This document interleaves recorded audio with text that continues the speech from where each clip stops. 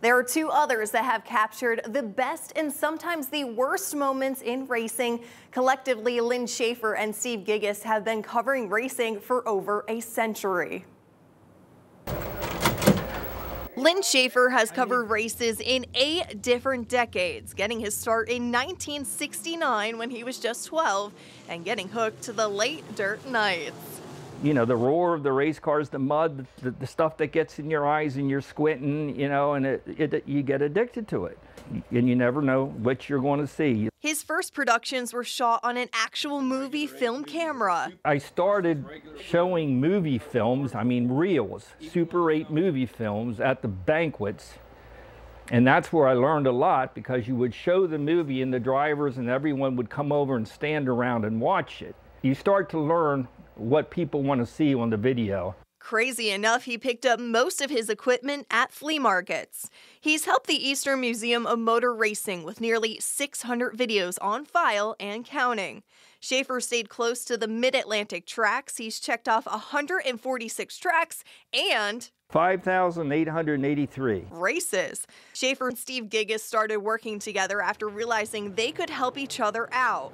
Steve up top with multiple cameras stationed around the track and Lynn watching for the action up close. He's looking for the action shots. My son's usually, somewhere. So yeah, a lot of times we would leave the track and we'd like gather up like 9 different videotapes from all different angles. Gigas, on the other hand, was a traveler, working for himself but also many networks. He never expected to be working in racing. He bought a video camera for family functions, and the rest is history. I would tape just a little bit of each race, and then in 1986, I actually taped the race that Ronnie McBee won, the Koenigsegg 100, which was actually the last race he ever won.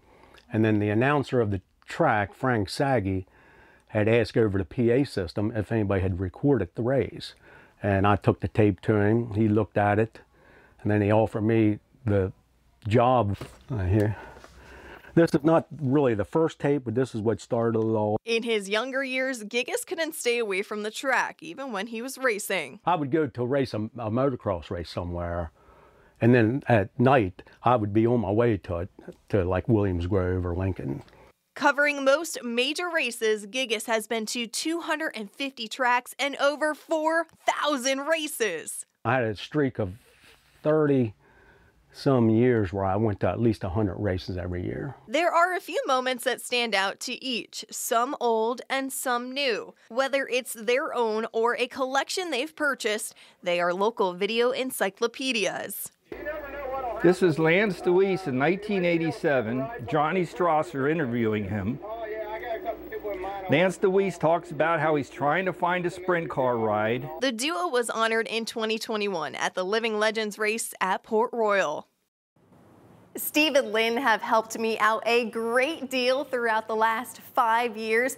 I can't thank them enough for doing so much for this sport, and I'd be remiss if I didn't give a shout out to Lynn's pet pig, Winston.